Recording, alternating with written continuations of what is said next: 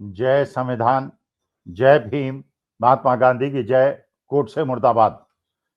Bharatiya Janata party ने JP Nadda ji के बाद, बहुत दिनों के बाद, बहुत इंतजार के बाद कौन भारतीय जनता पार्टी का अध्यक्ष बनेगा, इंतजार कराने के बाद, बहुत तुक्काबाजी कराने के बाद बिहार के विधायक और वहां के मंत्री नितिन नवीन जी को राष्ट्रीय अध्यक्ष घोषित कर दिया। लोकतांत्रिक रूप से चुनाव हुआ नहीं,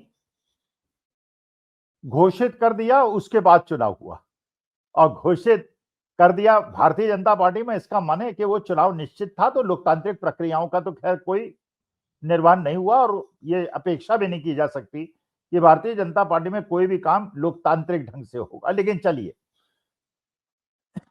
नितिन नवीन युवा हैं और मैं उन्हें सारी शुभकामनाएं देता हूं, वो सफल हों। लेकिन एक प्रबंधन शास्त्र के प्राध्यापक के रूप में मैं इसका विश्लेषण करता हूं कि क्या वो एक युवा भारतीय जनता पार्टी के अध्यक्ष के रूप में सफल होंगे या नहीं होंगे। देखिए, दो तरह के मत हैं। एक मत ये कहता है कि भारतीय जनता पार्टी ने अगली जनरेशन को इक्विप करने के लिए, नए लोगों को आगे बढ़ाने के लिए और पुराने लोगों को ठंडे बस्ते में डालने के लिए नितिन नवीन को अपॉइंट करके एक मैसेज दे दिया है। उसी प्रकार का मैसेज दिया है जैसे हरियाणा के अंदर नायब सिंह सैनी को मुख्यमंत्री बना के, राजस्थान के अंदर भजन लाल शर्मा को मुख्यमंत्री बना के, मध्य प्रदेश के अंदर मोहन यादव को मुख्यमंत्री बना के उन्होंने संदेश दिया था कि पुराने लोगों के दिन लद गए। और अगर शिवराज सिंह चौहान ये सोचते हैं या वसुंधरा राजे ये सोचती हैं कि उनका अधिकार है, इतने साल उन्होंने भारतीय जनता पार्टी की सेवा की है, लगातार भारतीय जनता पार्टी को मजबूत किया है, इसलिए उनका अधिकार है, उन सबको किनारे लगाते हुए पर्ची के माध्यम से मुख्यमंत्री बनाए गए। वैसे ही पर्ची के माध्यम से राष्ट्रीय अध्यक्ष भी चुन लिए गए। अब सवाल ये उठता है, एक पक्ष तो ये कहता है कि ये बहुत रिवोल्यूशनरी कदम है, क्रांतिकारी कदम है, नितिन नवीन एक युवा पीढ़ी के आदमी मेहनत करेंगे और आगे बढ़ेंगे। और दूसरा पक्ष ये कहता है कि वो सफल नहीं हो पाएंगे। जिस प्रकार की राजनीति भारतीय जनता पार्टी के अंदर है और जिसमें भारतीय जनता पार्टी ने 2014 के पहले नारा दिया था कि कांग्रेस मुक्त पार्टी बनाएंगे, आज के तारीख में 50% लोग भारतीय जनता पार्टी में वो मेंबर ऑफ पार्लियामेंट हैं जो कांग्रेसी, मूलतः कांग्रेसी है, जिनका दिल कांग्रेसी। चलिए, नितिन नवीन बन गए, राष्ट्रीय अध्यक्ष बन ले, उन्हें शपथ मिल गई और प्रधानमंत्री मोदी जी ने उनको बधाई भी दे दी। अच्छा, जब उन्होंने बधाई दी तो उसके बाद उन्होंने एक स्टेटमेंट भी जारी किया। उन्होंने कहा कि नितिन नवीन क्योंकि राष्ट्रीय अध्यक्ष हैं और मेरे बॉस हैं। माने अब जो भक्त लोग हैं वो तो खुश हो गए कि देखिए मोदी जी के अंदर कितनी ह्यूमिलिटी है। वो एक युवा को अध्यक्ष क्योंकि बनाया है इसलिए उसका इतना आदर कर रहे हैं, उन्हें बॉस कह रहे हैं। आपको याद होगा एक बार राजनाथ सिंह जब अध्यक्ष थे भारतीय जनता पार्टी के, तो एक सभा के अंदर राजनाथ सिंह आए और प्रधानमंत्री अटल बिहारी वाजपेयी थे, वो बैठे हुए थे, खड़े हो गए। तो राजनाथ सिंह जी ने कहा कि महाराज आप क्यों खड़े हो गए, आप तो मेरे पूज्य हैं। तो अटल जी ने कहा कि क्योंकि आप राष्ट्रीय अध्यक्ष हैं इसलिए मैं आपके लिए खड़ा हुआ, सादर के लिए खड़ा हुआ, क्योंकि आप अध्यक्ष हैं मैं कार्यकर्ता हूं। मेरे ख्याल से उसी से प्रेरणा लेते हुए मोदी जी ने कहा कि नितिन नवीन मेरे नए बॉस हैं। अच्छा, नितिन नवीन ने इसको सीरियसली ले लिया। इतने साल इतने विधायक रहे, उनके पिताजी भी विधायक रहे, वो दूसरी बात है कि उसको पारिवारिक मुद्दा नहीं बनाया जाएगा। और डॉक्टर राजेंद्र प्रसाद से भी शायद उनके परिवार के कुछ संबंध हैं, उसका भी फायदा उठाते हुए उन्हें अध्यक्ष बनाया गया। खैर, वो कोई इशू नहीं। अब नितिन नवीन ने उसको सीरियसली ले लिया। अब जब मोदी जी सीढ़ियों से उतरने लगे तो नितिन नवीन आगे आगे चलने लगे।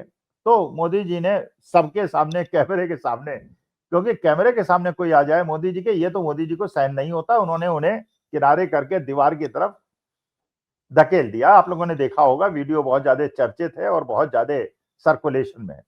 तो नितिन नवीन को फिर बाद लोगों ने बताया कि भैया बॉस ने कह दिया है, अगर कि तुम बॉस हो तो गलतफहमी में मत पड़ो, अपने को बॉस मत मानो और तुम्हें मान के चलो तुम्हारे को भी उसी तरह से पीछे किया जाएगा जैसे एक बार जेपी नड्डा मोदी जी के साथ चलने लगे थे तो अमित शाह ने हाथ पकड़ के उनको पीछे कर दिया था।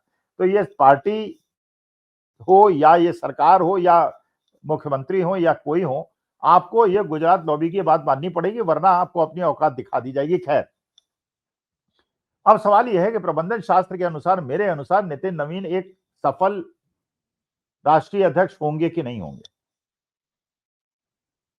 देखिए, हमारे यहां मैनेजमेंट के अंदर एक सब्जेक्ट होता है ह्यूमन रिलेशंस, ह्यूमन साइकोलॉजी। आदमी का दिमाग कैसे सोचता है, क्योंकि यह माना जाता है कि आदमी का दिमाग सबसे ज्यादा चंचल और उसके अंदर क्या चल रहा है इसको पढ़ पाना बहुत ज्यादा मुश्किल होता है। ये मशीन से भी ज्यादा कॉम्प्लेक्स मशीन है, लेकिन उसका अध्ययन करके, साइकोलॉजी को देख के, साइकोलॉजिकल एनालिसिस करके आप निष्कर्ष पे निकल सकते हैं।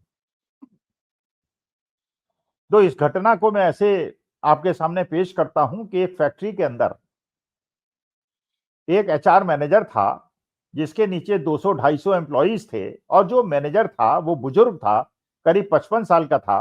एम्प्लॉइज करीब 30-35 साल के थे, और बुजुर्ग की एक खराब आदत थी, वो गाली देके बात करता था, डांटता बहुत था और गाली देके बात करता था।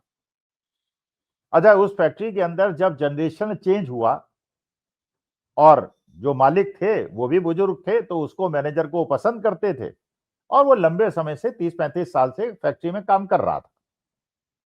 जब जनरेशन चेंज हुई प्रमोटर्स की, तो नई जनरेशन आई, वो विदेश से एमबीए करके आई, और उसने कहा कि पिताजी आप क्या करते हैं, आपने ह्यूमन रिलेशंस में आपने किताबें नहीं पढ़ी हैं, और ये जो मैनेजर है गाली देके बात करता है, इसको हटाइए, और ये उचित नहीं है, मैं किसी एमबीए एचआर को अपॉइंट करूंगा। उसने एक युवा 27-28 साल के लड़के को, एमबीए किए हुए व्यक्ति को, मैनेजर एचआर नियुक्त कर दिया। अब एम्प्लॉइज थे 35-40 साल के और मैनेजर एचआर था 25-30 साल का। थोड़े दिनों में देखा गया कि फैक्ट्री की परफॉर्मेंस खराब होने लगी, डिटोरिएट होने लगी। अब इसका विश्लेषण हुआ, पिताजी भी बैठ गए, पुत्र भी बैठ गए। पिताजी ने कहा कि बेटा देखो, ऐसा है, ह्यूमन साइकोलॉजी को समझो। ये सारा जो मैनेजमेंट होता है, ये अनुभव से और मॉडर्न साइंस और टेक्निक से नहीं होता, ये दिमाग से होता है, जो सबसे कॉम्प्लेक्स मशीन होती है। तो ये पाया गया कि जो वहां एम्प्लॉइज थे जिनकी उम्र 40 साल थी, वो 60 साल 55 साल के मैनेजर एचआर से गाली खाने में ये महसूस करते थे कि उनको जैसे पिताजी घर में डांटते हैं, बड़ा भाई घर में डांटता है, चाचा ताऊ डांटते हैं, वैसे ही ये मैनेजर डांट लेता है, तो उसको सहन कर लेते थे, और उनको उसकी आदत पड़ी हुई थी। और जहां ये 25 साल के लड़के ने उनको कोई राय दी, तो उन्हें लगता है ये बच्चा हमें बताएगा, कल का पढ़ के आया हुआ बच्चा हमें बताएगा, हम 40 साल की, हम 15 साल से इस फैक्ट्री में काम कर रहे हैं। तो ये जो चेंज हुआ, जो साइकोलॉजी का चेंज हुआ, जो मन के अंदर चलते हुए अंतर्द्वंद है उसका चेंज हुआ, कि आप एक बुजुर्ग आदमी से तो डांट खाना पसंद कर सकते हैं, अपने से छोटे आदमी से डांट खाना पसंद नहीं कर सकते। तो उस फैक्ट्री की खैर रिप्लेस किया गया, फिर उस बुजुर्ग आदमी को बुलाया गया, फैक्ट्री की परफॉर्मेंस बेटर होने लगी। अब ये बहुत बड़ी संभावना है, बहुत बड़ा डर है। नितिन नवीन नए हैं, बहुत पुराने पुराने घाघ बैठे हुए हैं, हर प्रदेश के अंदर घाघ बैठे हुए हैं। कईयों को किनारे लगाया जा चुका है, कईयों को किनारे नहीं लगाया गया है, लेकिन ताक लगा के दो बैठे हैं। महाराष्ट्र में नितिन गडकरी हैं, राजस्थान में वसुंधरा राजे हैं, मध्य प्रदेश में शिवराज सिंह चौहान हैं, उत्तर प्रदेश में तो जानते ही हैं योगी बनाम अमित शाह चल रहा है, तो ताक लगाए सब बैठे हुए हैं।